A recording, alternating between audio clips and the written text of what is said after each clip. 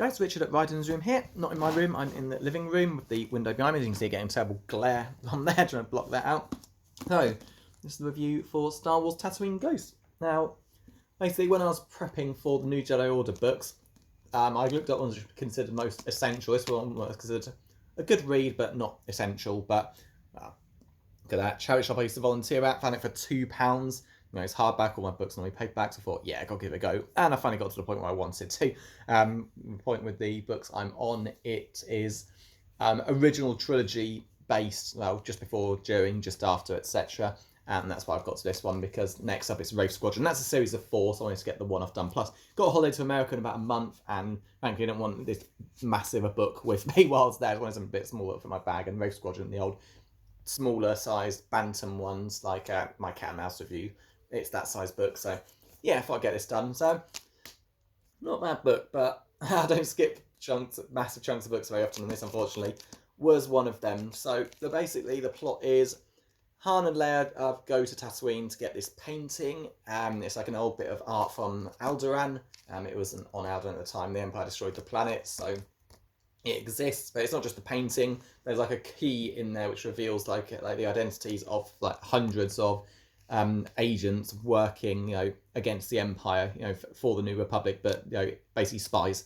And if the Empire get the painting, they'll get the key and locate everyone. So basically, getting this painting is key because thousands of lives, hundreds. I'm sure I say thousands actually. Thousands depend on it. So the story is that Han and Leia on Tatooine going to get this painting. So yeah, and to be honest, that may be the basis of the book, but I thought it was I just didn't like the story that much. So things I did like: pod racing, because it's set not long after it's only a few years after Return of the Jedi, but because it was written between Attack of the Clones, Phantom Menace, Attack of the Clones, Revenge of the Sith, you get all the things in there, unlike more prequel love, and a huge part of it is that. So you get Han racing a pod racer, which I can only assume it's not in perfect condition, since humans aren't supposed to be able to race it. Any pod, Anakin could because of his force powers, even at age 9 and no training. So I think it was like, plus Han wasn't exactly racing around like the planet. He was just traveling a small part. Basically, the painting gets away. Again, Phantom Menace nod. It's Anakin's friend Kitster who gets hold of it, and Han has to track him down. So it's just kind of going around Tatooine. You got your Tusken Raiders, you got your Jawas, you got like Empire, stormtroopers, all of that. So yeah, good moments like that. Like Han in a pod race was just too cool. It's great to see that. And the main part of this, again, anyone who's read the NJO will know why this is important. Leia does not want children. So this is actually set a year before the twins are born. Because the next series is the Thrawn trilogy. Massively recommend that one. So yeah, this is a year before, meaning Leia will conceive in the next few months or so. And it's a huge reason. The reason for that is that Leia doesn't want to create a new Darth Vader. She's convinced a Jedi with the powers that we passed down and she's gotten from Anakin would just turn a child of her would turn bad no matter what. The presentation for that sort of power would be too strong, and she just doesn't want children because of that. Han, now he's married to her. This is set not long after Truce of Bakura, so he's had time to think. Sorry, not Truce of Bakura, Courtship of Princess Leia, where he marries her at the end.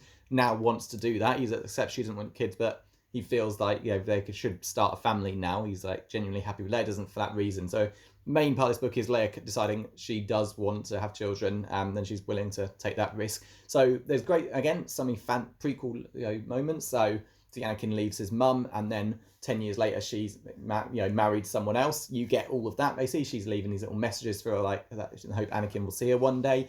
She discovers that Qui-Gon's been killed, but isn't getting any real information from the Jedi what's going on.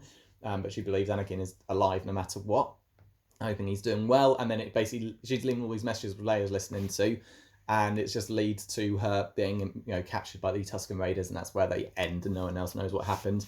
So you've got Biggs and Gavin Darklighter's family moved into the farm where Luke grew up after his aunt and uncle's murders.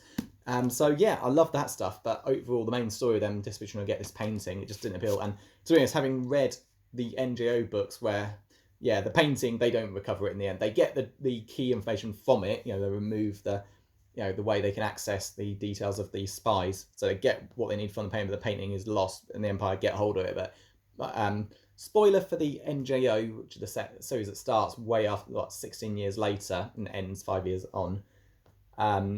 Yeah, the Empire still have it, but Pellaeon gives it to her to Leia as a gift. So I always knew answer the painting. I mean, I was sure it was that. I was thinking, could it be something else? But no, it kind of didn't help. I knew how it ended, but they got what they needed from there. So yeah, otherwise, to be honest, I skipped way too much. It wasn't that great a book, but Han pod racing, great. The Leia's fears, great.